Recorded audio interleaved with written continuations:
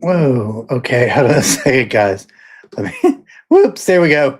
Okay. What if I told you tonight that I had no clue where my guest is? That's not entirely true. I do know he's out sick. So tonight I have a special treat for you guys. We are going to we're going to talk about something we've talked about before, but we have some new information on it, and it's a case that is very important to me. Over time, I've gotten rather attached to it. It is not about the paranormal. It is about a missing child. And tonight we are, well, she wasn't quite a child; she was a teenager. Um, we're going to camp on that. And oh no, what, what? Mr. Scully is very, very surprised that we are changing our topics tonight. We are going to be camping on that. We're going to be camping on or the upcoming uh, episode where I go into the book, and I'll talk about that in a minute as well. There was a new book that came out. Michael Bouchard has done an excellent job of of going into uh, detail about the Trenny case. You guys can hear me okay, right? Because I'm doing a little test on sound because I got a comment this week that my mic was too hot and was picking up a lot of extra noise in the background and so forth. So I'm working on that. Anyway, with that said, we're going to talk about the case. We're going to talk about the book. Some of it is repeated information. It's just the thing when you're talking about a 49-year-old case. Some of this stuff is definitely repeated. Some of it has been amended due to the investigations that have been ongoing. So stick around for that. We're also going to touch on the importance, some other cases of missing children in Tennessee that is very important. They're all important cases. I'm not going to even downplay one case. They're all important, but there's some that have kind of fallen to the wayside, and I want to bring those up tonight. One in particular, and which happened in the Nashville metro area. So that's where we're going to be at tonight, guys. It's definitely a topic that is, even though it's not paranormal, is very important, and it is one of those topics. It is the topic that I will be covering continuously because, and when I say continuously, I don't mean like every day, but it is our topic of choice for public concern topics or whatever you want, however you want to call that.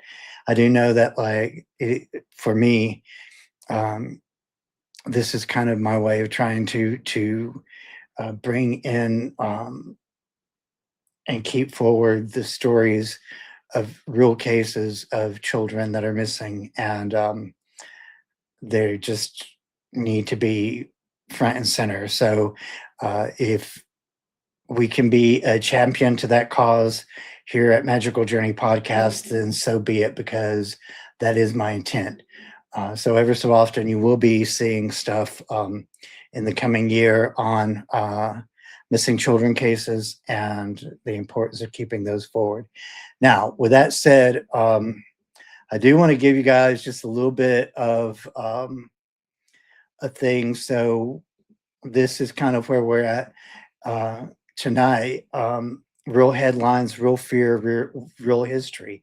That's really what Magical Journey is about. If you're just tuning in for the first time, you will find out that even though we cover a lot of paranormal stuff, this is real, guys. This is the stuff that we have in our newspapers, in the podcast, in the day-to-day stories that you hear about on the streets here in Tennessee, especially.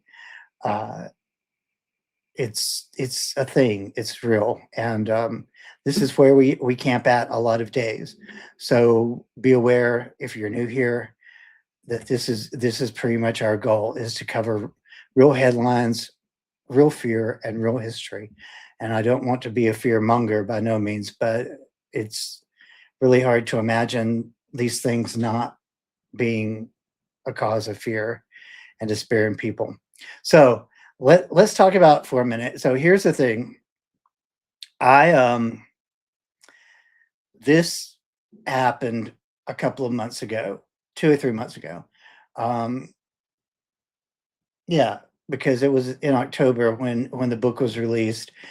Just before the release of the book, a couple of months before that, uh, I had made a post about, and I don't know if it was acknowledged or not by anybody, but the post was there. Go look for it.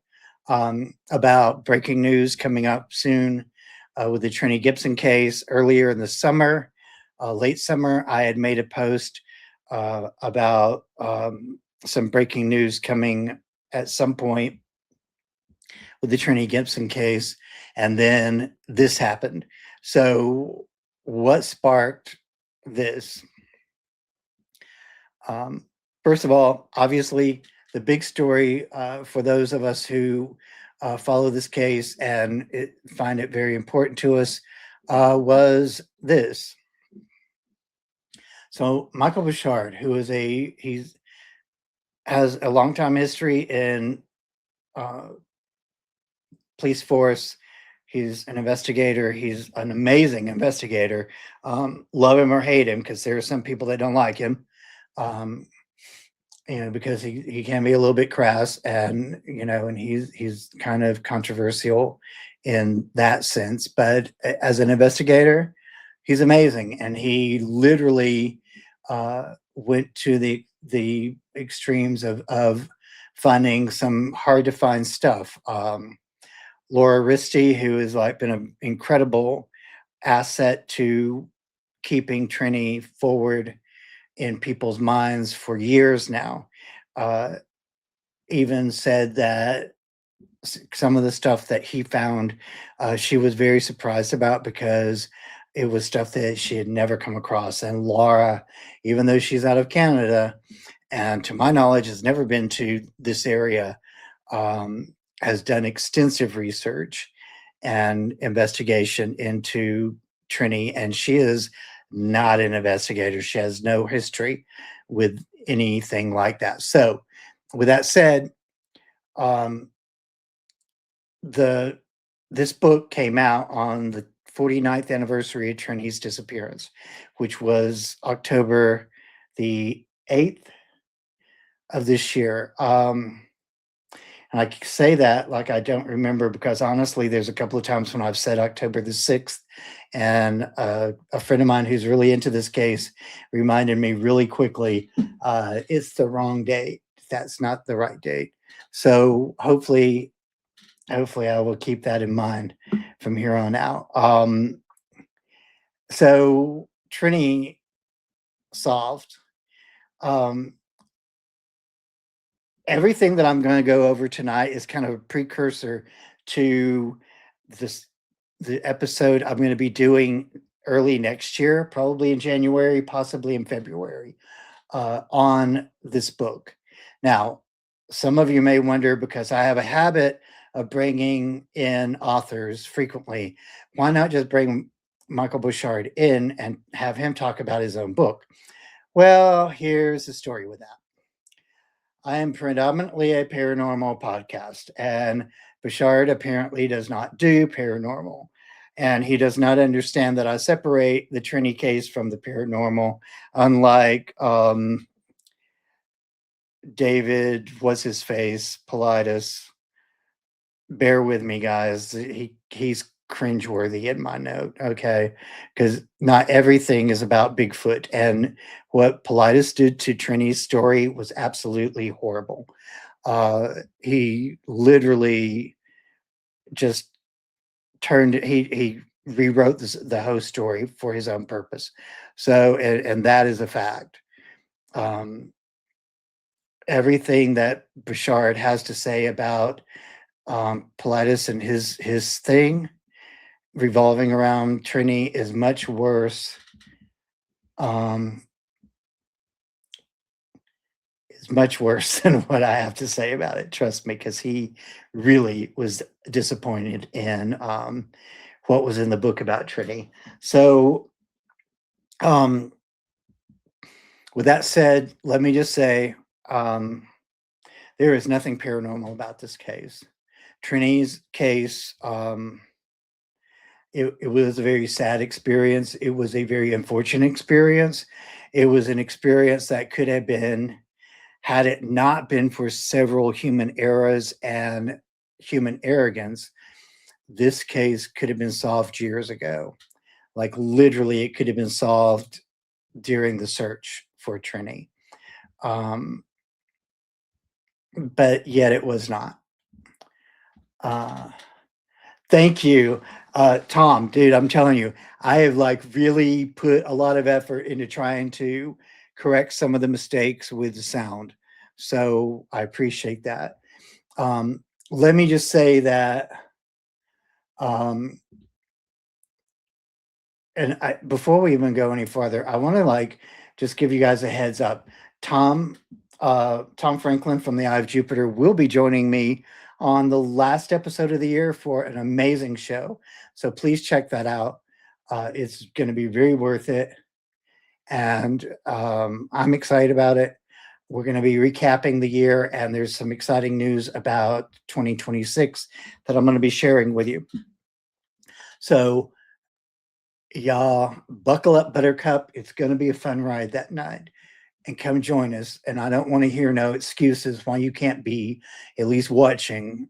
You don't have to be in the chat. I prefer you to be in the chat. You don't have to be. If you're not in the chat, at least watch it, because you will not regret. That's right. And before me, Tom is going to have a very special guest that night. A very amazing, intelligent, and an overwhelmingly joyful creature. Sorry, Tom. It's so worth going into Tom's show before mine. So you'll get a you'll get a really good kind of precursor to the following show. So I'm not going to say anything else. Just take it. Just read between the lines, guys. You got this. So here's the thing. Bouchard, I realize there's a lot of people that do not care for Michael, and because he's a little bit, he can ruffle some feathers, but his work on this case was phenomenal. And Michael, if you watch this or you watch any of the shorts revolving around this and you see this part, I just want to thank you for putting a lot of closure to a story that has just gone on and on and on. However, again, I'm going to be going over his book because he ain't going to try to come on my show. I already know he doesn't do paranormal shows. I already said enough about that because it's just whatever. But here's the thing. The book is worth reading. Read the book. I have a copy of it. I have a lot of books, guys. So if I try to find this book, it's going to take a while. Probably. Hold on a second. I thought I had it in with my most recent books, but I need to reorganize my shelves because I've been doing a lot of research lately. Anyway, so let's just say that with this book, there are things that are in it that you have not seen before. There's good information that kind of dispels some of the things that we've gotten wrong, and that's okay because there's a lot of people that are no longer with us that were here when this story broke. So case in point, Trini's brother, Bob Gibson Jr., Bob and Trenny were very close. Bob was actually he was had been he has become part of the military. He found out his sister was missing, and he because they were so close, he requested leave to go home. They granted it. Bob, unfortunately, also was sick by the time he got home, so he was pretty much bedridden the whole time he was back while this was going on. But because he had a flu, but Bob was very close to his sister. Um, he uh, was instrumental in kind of pointing out some things that led to the conclusions about Trini's case. There were things that he come across, like her comb, and some other evidence that just should not have been, especially where it was at. So, Bob was a key point in this investigation, and very much a part of the discussion coming up, at least for his part. Is he a big player in the case? Other than that, really not, because he really was nowhere near. It was speculated at one point that maybe he had something to do with her disappearance. We find out that it was not the case. Now, some of you are probably wondering where we're talking about that Trini disappeared. Let me go back and clarify this part, because I kind of skipped a major part of the story here. So for those of you who don't know a lot about the case, I don't know where you've been all of your life, but because it's been talked about a lot on if you're into true crime, or if you're into any of the podcasts like Missing Enigma has had. Yeah, he had an episode with Laura and Michael on, and then after Michael broke the story, Hope Gibson miraculously decided to finally break her silence and go on his show to talk about uh, her thoughts and her observance of the Trini case, because, of course, she's Trini's mom. Who would know better about what happened during that time to a degree than Trini's mom? So, Hope Gibson, that was her back then. Obviously, she is much, much, much older now. She had some good things to say, but I'm going to be honest with you. If you watch that episode and uh, you know the all the story behind everything, she was a little bit biting toward some of the investigation part in recent years. Understandably so, to a point, because I mean she is the mother. She's very upset that it's taken years for somebody to actually figure out exactly what happened. Uh, Trini was never found. There is one person in particular who's working really hard right now at trying to kind of surmise where he might be able to find Trini's remains. There in the Great Smoky Mountain National Park. Um, Let me just throw that in there finally. That it was in the park. Actually, so let me back up a minute, because you got to understand, when I talk about this story, I get really a little wound up, because uh, I've been following this case for a long time, and so I tend to take it a little bit more personally, probably, than most people who are familiar with the case but not connected to it. Just because, I kind of got in the heart of it with the interviewing Laura and some other people, and just really diving into the what fors of the case for a long period of time. So let me see if I can find right quick the photo of that there's one person I don't have. Oh, there we are. Okay, so this man here. The story really starts with the teacher of Trinity's horticulture class, uh, Mr. Dunlap. Not because he was involved with Trinity's missing part, where she just disappeared, but it was his class and his decision to take the class on this field trip that kind of opened up the story, the plot for this to happen. So, and Mr. Dunlap for years suffered greatly, a lot of emotional, a lot of mental trauma because of this. So let me just clarify. Uh, there's really no, I mean, the only thing that Dunlap did wrong was he was literally the only chaperone there for 40 something kids, 30 something. It was 30 to 40 kids, somewhere in there. I believe 36 was the estimated amount that was on the names on the bus list.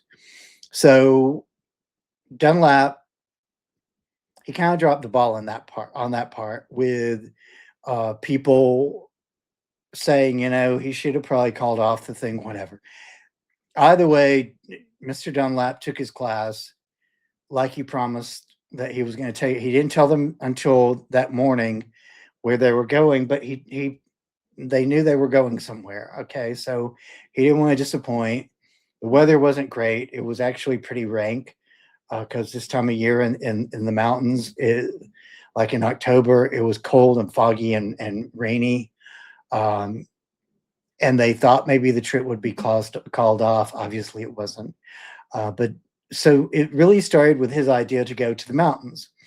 And this was the area that went to Andrews Bald from what was called Klingman's Dome. I'm really bad about remembering the new name, and I don't even know that I could pronounce it correctly because it's an indigenous name, and I tend to even slaughter English, so I'm not really great with pronouncing some of these names. And I don't want to do a disservice to trying to pronounce something that I'm not sure of. I'll get better at that, I promise. I'll figure out the name sooner or later, guys. Cut me a break. I was educated by some people that didn't know a lot. Okay, I did not go to public school, so they went up Forney Ridge. I've seen a lot of. Honestly, I need to. But hey, Ryan, how are you guys doing?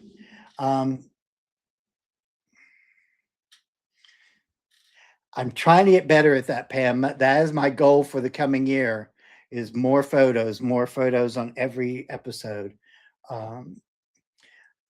But the thing is like I have somebody that has some excellent photos of the trails and so forth.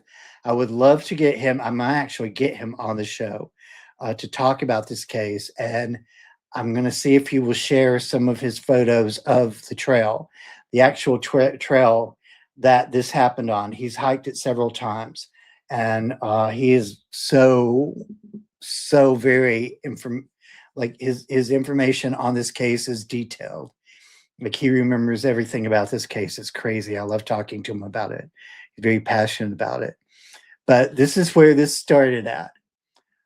Going up to Andrews Bald. The idea was they were to hike up from the Klingman's Dome parking lot area there. I think it's called Newfound Gap. I could be wrong. I always forget. I used to go there all the time. It's been a while. I've had sleep since then, okay? It just happens. So here's the thing, though. We know that they started up this trail. So they got to Andrews Bald. They were supposed to look around, observe. They weren't allowed to gather anything. I mean, it was a park. The park is protected space, so they couldn't gather anything or anything like that.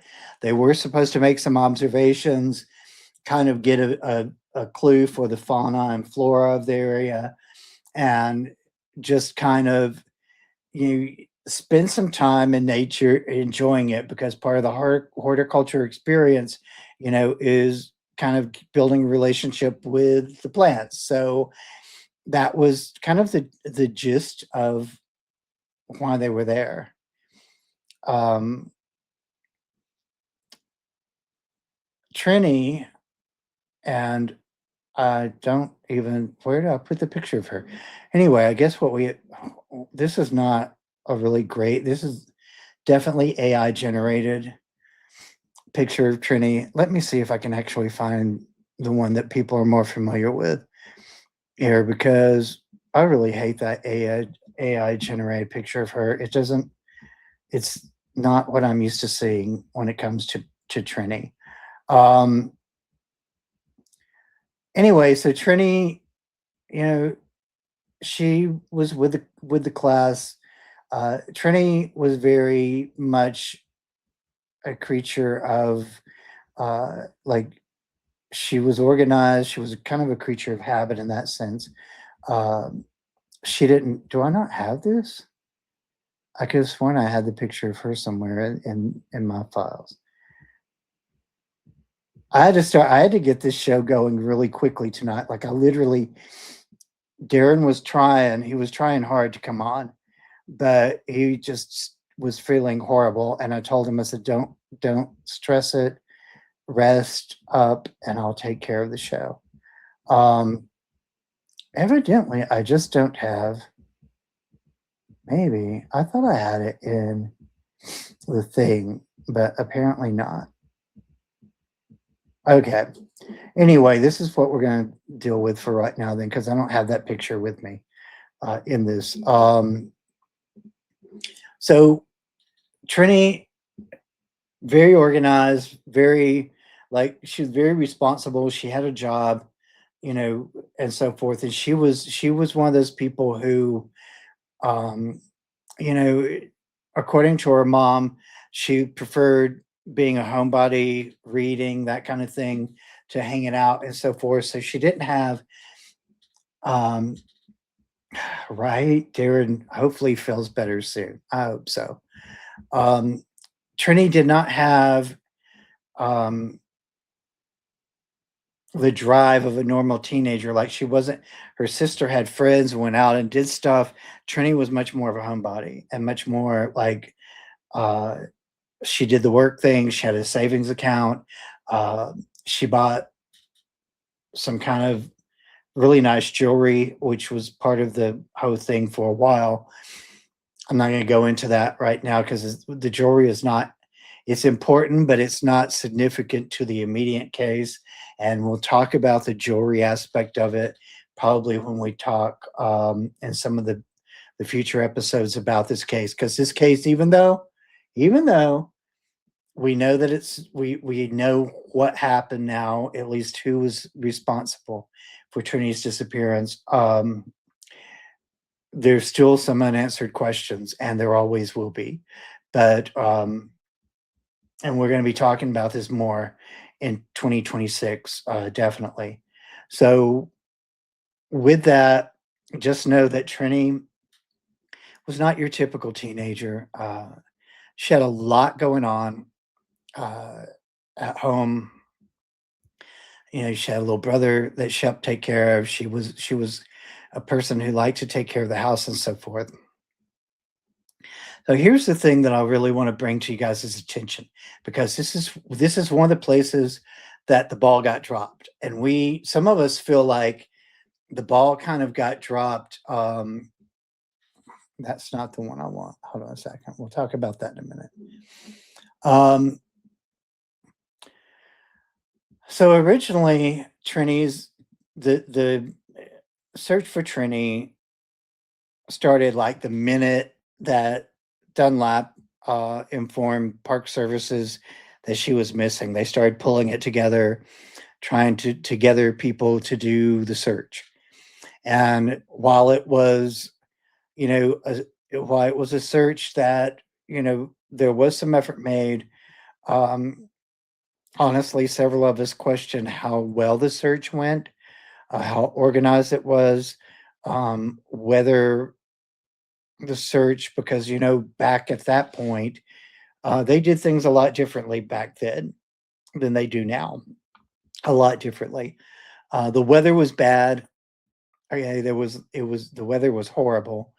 The rain and so forth and the fog may have played a big part in the search efforts. And after a few days of no traces and no evidence, nothing, Park Services called off the first search. So Trinity's father, Robert Sr., uh, he would not let that lie. He was like, nope, we need to go, we need to look for my daughter. So he supposedly had connections to then President Carter, and was hoping that President Carter would intervene and start requesting that the search be continued. So apparently that happened. How much intervention was on the part of the president of the time, I don't know.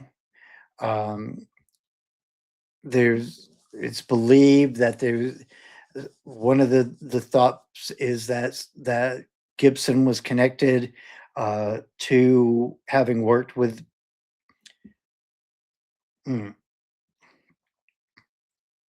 It's that time of year. I feel like I gotta sneeze, but I can't. Anyway, so it's live television or live television, live podcast, guys. Stuff happens. So anyway,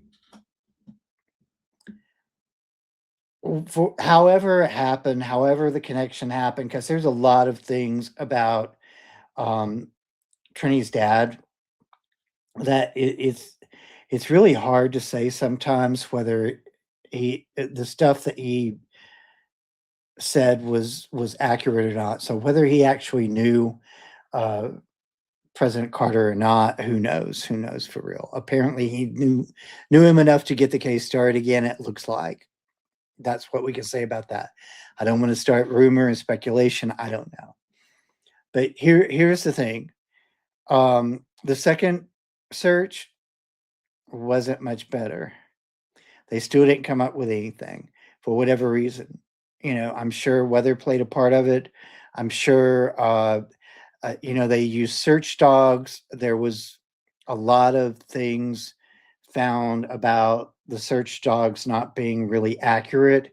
And there was another piece of information that's in the book that I'm not going to talk about here right now, because I want to go over that when I go over the book, because the book is really good work. Michael did a good job on it. I'm impressed. I'm very impressed. I'm going to read some more of his books. But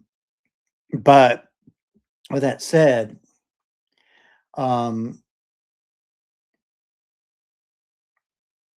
the thing is the second search pulled up no more information than the third or the first search, and eventually it was again called off. So unfortunately, probably if they had things lined up like they do now, then they probably would have had much better luck finding something at least. But the fact of the matter is, in 1976 things were very much different. They didn't have some of the stuff we have now. They were very reliant on doing stuff very old school, and quite frankly they just did not have these kind of things weren't as common to a point then as they are now. Okay, so it wasn't one of those things where they were officially trained to do search like they do now at all. So we got to remember the time frame is important here. Okay.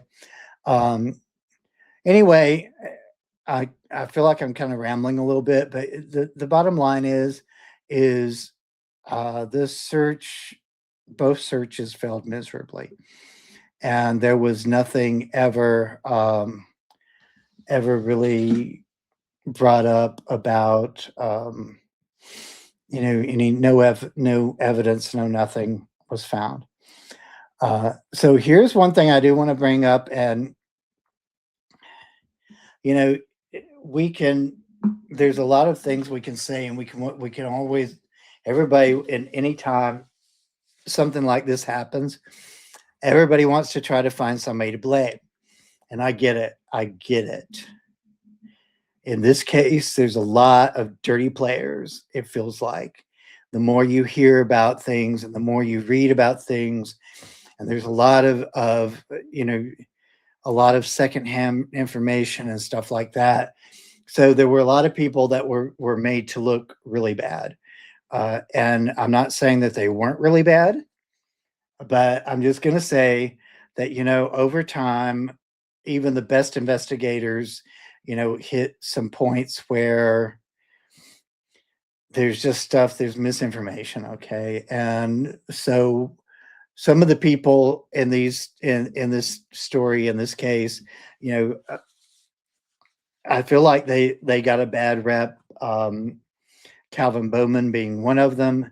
We're not even going to talk about him tonight because he's not really relevant to the case that much. He was a suspect at first, but then they discovered differently about Calvin and that whole situation with him. I really don't want to get into that tonight. We'll talk about Calvin Bowman on another time. What I do want to talk about is this. So I get, and I know it's going to sound like I'm kind of attacking Hope, and I am not. Okay, Hope is a mother who lost a child to in a very horrific way. She didn't have answers for years. She was people were trying to get her to declare Trenny, as officially gone, and she never did. So there was always in the back of her mind, I don't want to finalize that, I'm sure, or else she would have eventually signed the paperwork to have her listed as deceased, and that did not ever happen. So, honestly, I cannot imagine, especially being a mother and having lost a child in any way at all, but especially having no answers to what happened to your child for decades. I do feel at this point in the history of the story, though, um, pointing fingers and not accepting your own stuff is not always the greatest thing. And I think in the one interview she gave, she vented some anger, rightfully so, but it came across to some people as something that could be considered an attack. What I do want to point out here, though, now seemingly, and my first thought on this was that I would have probably put out a lawsuit on the school as well, because I mean they are responsible. This was so let me clarify something here. It was the school, the principal, the teacher, and I think the district that was involved in this. The full article or the full details is actually in this very short article, I believe. It's hard for me to read this because it's really small, but I know I read somewhere exactly who all was involved in the lawsuit. It was quite a few people. So, without any other information, this one instance of suing the school Seems legitimate, and it is, but I gotta tell you, Mr. Gibson did not do this case justice in a lot of ways because he was known to sue frequently. Um, there was several lawsuits that he instigated over time for different things. Some of them I kind of feel was rightfully had good point to them, had good meaning. But when you continue and you continue and you continue to do this over and over again, unfortunately, it brings a bad light to things, and that's kind of what happened here. Um, I feel like uh, the Gibsons kind of got that reputation for being very involved in lawsuits. So I think that was probably problematic for the case as well. I think this probably was one of those times where even though they were rightfully um, looking at this and had every right to do this one, I feel like because there was so much stuff involved in the process, the legal process with this family in the past and after this case, um, I kind of feel like it did not further or did not do anything to help the reputation, is what I'm trying to say. Um, and I think it probably cast a dark light onto the case, unfortunately. Um, and the other thing I want to say about it, and if if you've made it this far into the podcast, do me a favor and drop your thoughts as to what you feel like the outcome of this case really is going to be in the book. I'm not going to give it away. I hope not, at least. I want you guys to know that. Now, I'll be honest with you. I'm going to encourage y'all to read the book before I drop the episode on the book because there will be a spoiler in there. There's no way to cover the book without doing that. So, if you want to read the book beforehand, I would strongly encourage you to get the book and read it before I put that podcast series or that episode out. That will probably be in February, but it could happen in January. January is still up in the air right now, to be honest with you, because I'm waiting on one thing. So here's the one character that I have not brought up so far. And I'm not going to talk too much about him, uh, other than to give you guys reasons for why he's even part of the story. Um, and that is this guy, Robert Simpson. So Robert Simpson was with Trenny that day. He actually was he let her borrow his coat because it was cold. he walked with Trenny up to Andrew's ball. He was seen with Trenny quite a bit that day, supposedly. I don't know how much of that is accurate or not because time people remember things differently over time. So some of the kids remember him being with her a lot. I say kids, they were adults when they were being interviewed, but I mean, they were kids when this happened. So here's the thing of it. Their memories may be quite different than than what actually happened. But either way, whatever happened, you know, he was there. He was part of the story. Um, I'm still not completely clear on Robert Simpson's relationship with the family, other than like he at least knew uh, Bob Gibson Jr. He went to school with Trenny. Um, I kind of feel like he may have, because it just seems weird that like he would be all chummy with her all of a sudden on the day of the trip, and have never spoke to her before. So I feel like there was some past connection somehow.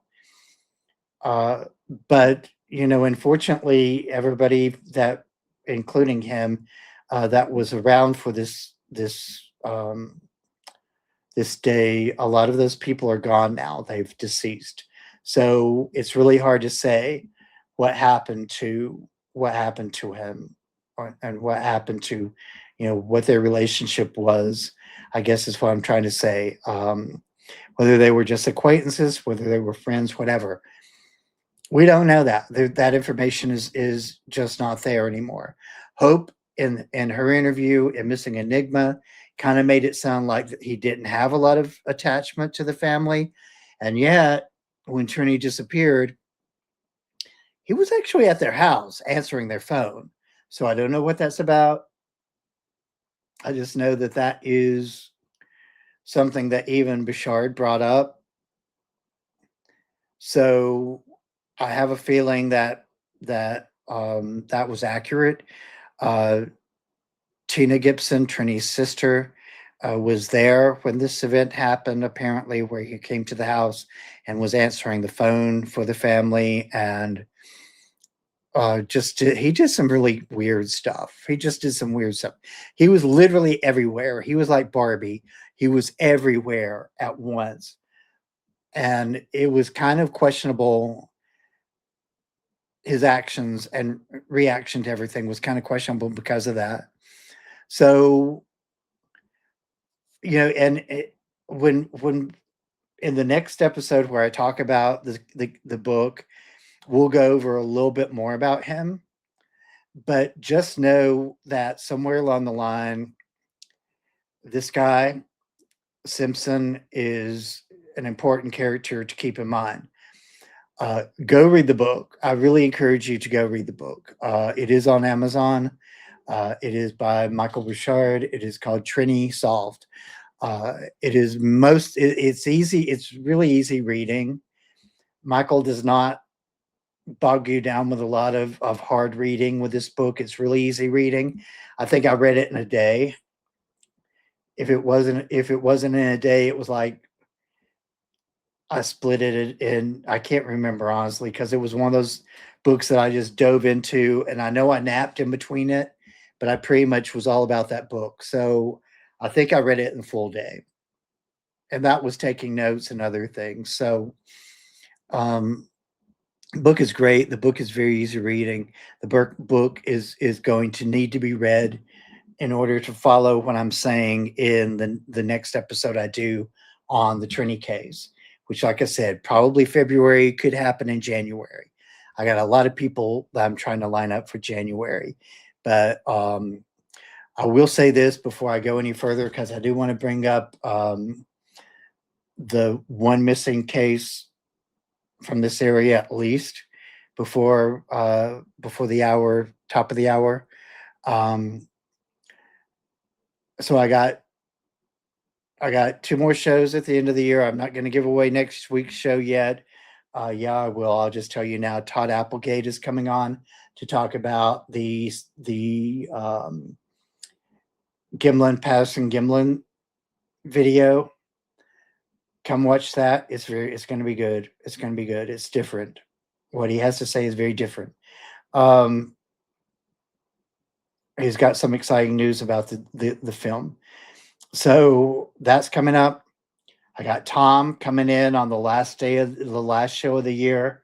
We're going to have a blast that night, going over things, talking about some new stuff for next year and the old stuff from this year. We're going to talk about the big stories of the year and some other things. You guys do not want to miss that episode. Now, January, I will be having Harley Owens on. That's my goal. He has not pinpointed a date yet, but he has agreed to come on in January. He will be on 4 times next year. We're going to do a series once a quarter. We're going to do an interview next year, and it's going to be a series that will end in October. January is when we're starting that. So with that said, let me talk for a minute, and I do not have a picture of Sebastian Rogers yet in my files. And I apologize for that. But the missing case here that I want to bring to you guys' attention, and I want this name to be in your head, do the research on it. Sebastian Rogers went missing out of Hendersonville, Tennessee, the metro area of Nashville, in 2024. So last year. Sebastian is autistic. He literally went missing from his room in the middle of the night. There's the details of the case. It's all online. Go read it. Go involve yourself in engaging in that material and get to know about it. Sebastian's case has just gone silent. The media is not talking about it.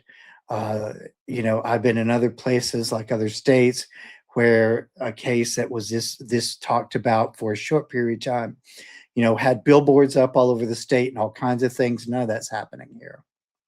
None of it. Like the investigation has literally gone not cold. It's just disappeared.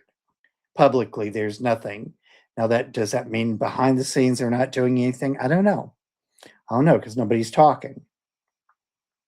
So with that said, do the research, check out the Sebastian Rogers case. Guys, be aware when the Amber Alert comes over your phone. Don't just blow it off, because you never know when you're going to be driving down the street and recognize the vehicle that's in the Amber Alert, or you're going to be at the Walmart and the kid right in front of you, his picture was just on the news because they're missing. So be aware of this, and also be aware of the fact that, get to know all of the signs of,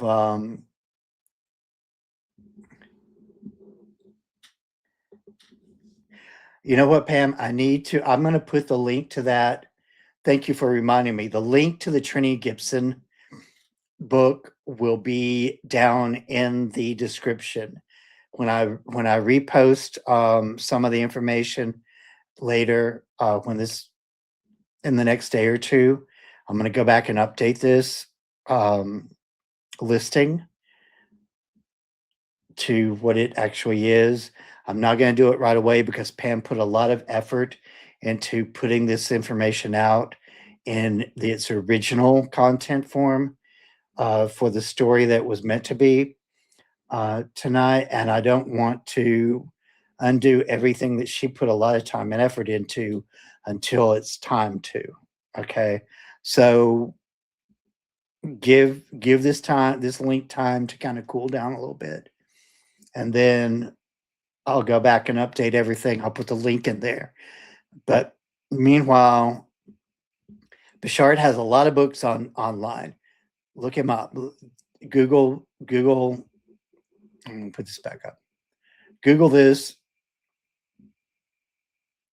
Google it. Look for it and find the information. And I'll get the link up, I promise, as soon as I can without messing a lot of stuff up in the process.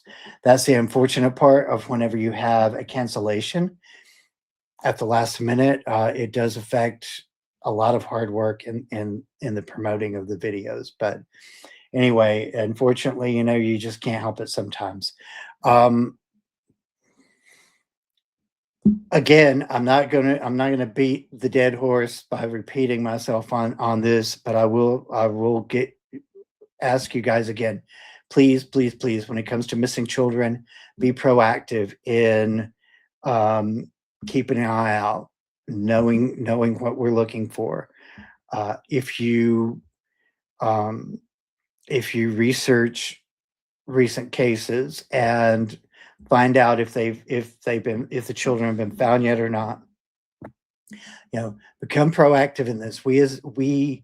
It takes a village, right, to do this. So thank you, Pam. There is the link to the website. The website has been revised and kind of updated quite a bit, and it will have another update coming up. So it's pretty much a portal to all of my. It's a gateway to. That still does. I don't know what it is. Look, what's a word I can use that doesn't sound incriminating in some way? It's the place to go to as a springboard for finding all the things. Okay, so the merch is on there. Go look at the merch. The merch is going to be updating again soon. It's going to have. I'm putting a lot of stuff into the merch. I'm probably not going to be able to get it out in time for Christmas, but James Hood gave me a great idea for a t-shirt that I'm gonna go on and offer it. You probably won't be able to order it in time for Christmas, but it is a Christmas shirt dealing with cryptids, and it's really funny and it's really cute, and it'll be worth buying for next Christmas. Okay, that's all I'm gonna say about that. And so merch is going to be important. I'm going to be pushing that a lot next year because I need funding and I can't keep doing all this out of my own pocket. So you guys go buy some of my merch and help me out, help a bro out, because I need to get a new laptop. This one is not geared for the amount of work it's doing now. I bought it to just do yes, Pam, absolutely, 100%. You can treat yourself after Christmas to this Christmas shirt. The thing is when I bought the laptop, I just bought it to do photo editing, not video, not streaming, not any of the things I'm doing now. So it's time for me to try to figure out how to upgrade. I know I can. I know a way I can do it and make monthly payments, but I'm going to need the monthly payments coming in. I can't do it myself. Believe me, I can't. I wish I could. I can't. So merch is a good way of doing it. Koi-Fi. I have started working on. There's Printify. Coffee. I call it Koi-Fi all the time. I was told this week it was coffee. That's not how I spell coffee, but hey, it makes sense now that I look at it. I'm kind of like not always really great with reading English, okay, especially modern English. The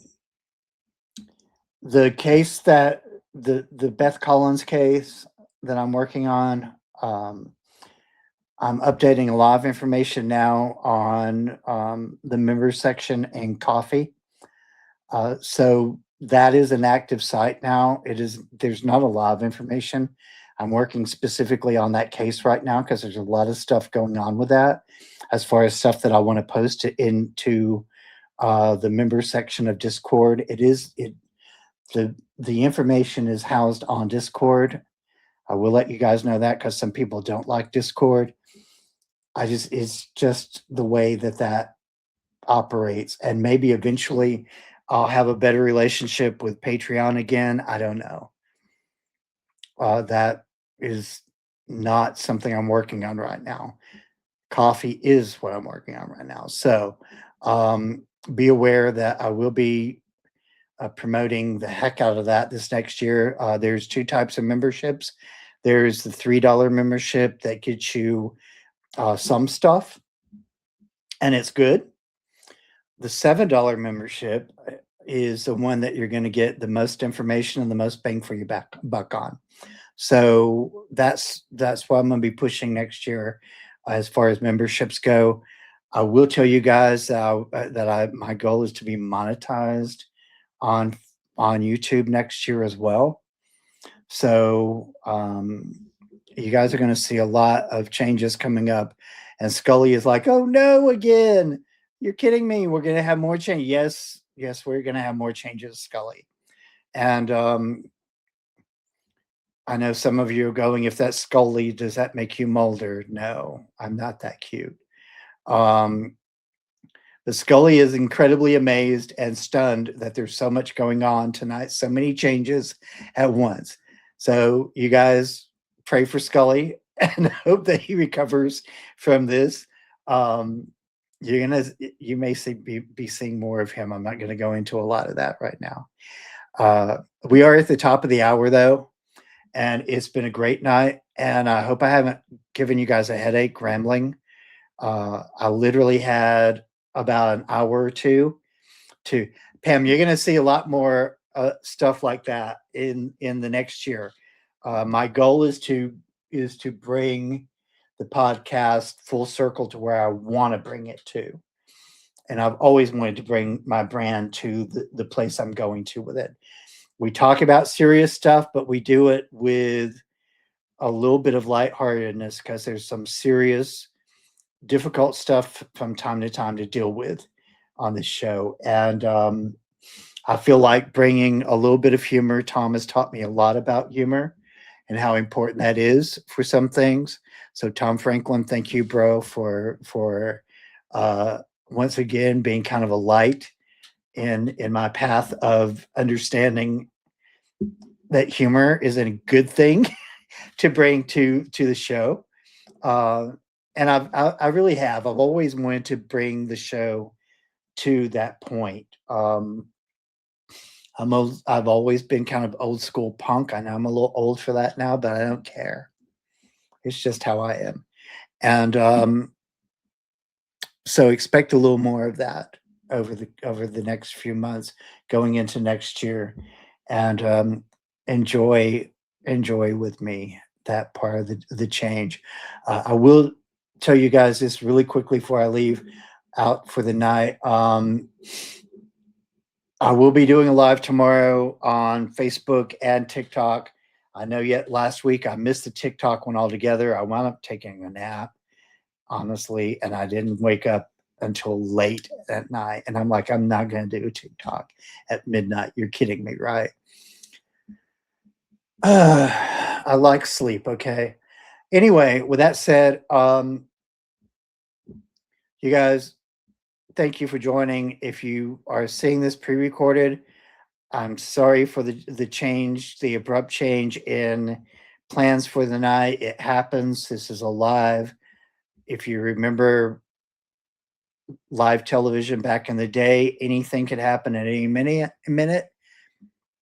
That was a thing. Anyway, I love you guys. Thank you again. Thank you for your support. Pam, thank you for your amazing work tonight being solo. Jenny is out sick as well. So Pam did all this by herself tonight, and she did an amazing job. Spreaker and Spotify is where you can find the video. I will encourage you to go to Spreaker, though, first, because I actually can post the photos that go along with the videos on Spreaker, and they have posts for that. So you have the visual to go along with the audio if you want it. Anyway, I love you guys. Thank you again, and may your journey always be magical.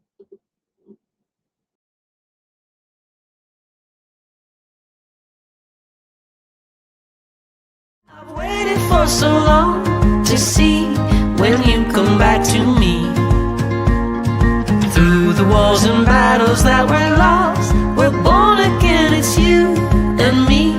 The rest is history. Past lives.